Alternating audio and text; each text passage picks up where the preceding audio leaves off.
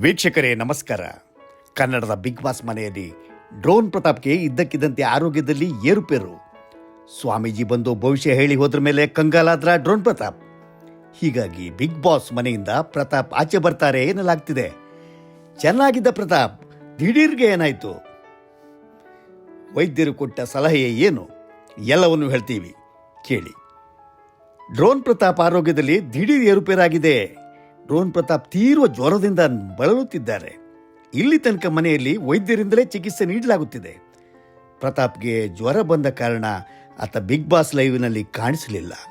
ವೈದ್ಯರು ಪ್ರತಾಪ್ ಬೇಗ ಗುಣಮುಖರಾಗುವ ವಿಶ್ವಾಸ ವ್ಯಕ್ತಪಡಿಸಿದ್ದಾರೆ. ಇದಾದ ನಂತರ ಬಿಗ್ ಬಾಸ್ನಲ್ಲಿ ಕಾಣಿಸಿಲ್ಲ. ಬಿಗ್ ಮನೆಗೆ ಭೇಟಿ ಕೊಟ್ಟ ಸ್ವಾಮೀಜಿ ಪೋಷಕರಿಂದ ದೂರ ಇರು, ಹತ್ರ ಇದ್ದು ಹೇಸಿಗೆ ಆಗಬೇಡ, ದೂರ ಇದ್ದು ಧೂಪ ಆಗು ಅಂದರು. ಹೀಗಾಗಿ ಮಾನಸಿಕವಾಗಿ ಪ್ರತಾಪ್ ಬಹಳ ನೊಂದಿದ್ದಾರೆ. ದೈಹಿಕವಾಗಿ ಮಾನಸಿಕವಾಗಿ ಪ್ರತಾಪ್ ಬಳಲಿದ್ದಾರೆ. ಪ್ರತಾಪ್ ಅಭಿಮಾನಿಗಳಿಗೆ ಆತಂಕ ಮುಂದುವರಿಯುತ್ತಿದೆ. ಆದರೆ ಪ್ರತಾಪ್ನನ್ನು ಸಂತೈಸುವ ಕೆಲಸ ಸಂಗೀತ ಮಾಡಿದ್ರು. ಆದರೂ ಪ್ರತಾಪ್ ಯಾಕೋ ತುಂಬಾ ಡಿಸ್ಟರ್ಬ್ ಆಗಿದ್ದಾರೆ. ಸ್ವಾಮೀಜಿಗಳು ಹೇಳಿದ ಭವಿಷ್ಯದಿಂದ ಪ್ರತಾಪ್ ಮಾನಸಿಕವಾಗಿ ಕುಗ್ಗಿ ಹೋಗಿದ್ದಾರೆ. ಪೋಷಕರಿಂದ ದೂರ ಇರಬೇಕಲ್ಲ ಅನ್ನುವ ಚಿಂತೆಯಲ್ಲೇ ಪ್ರತಾಪ್ ತೀವ್ರ ಮಾನಸಿಕವಾಗಿ ಬಳಲುತ್ತಿದ್ದಾರೆ ಅಂತ ಕಾಣ್ತಾ ಇದೆ.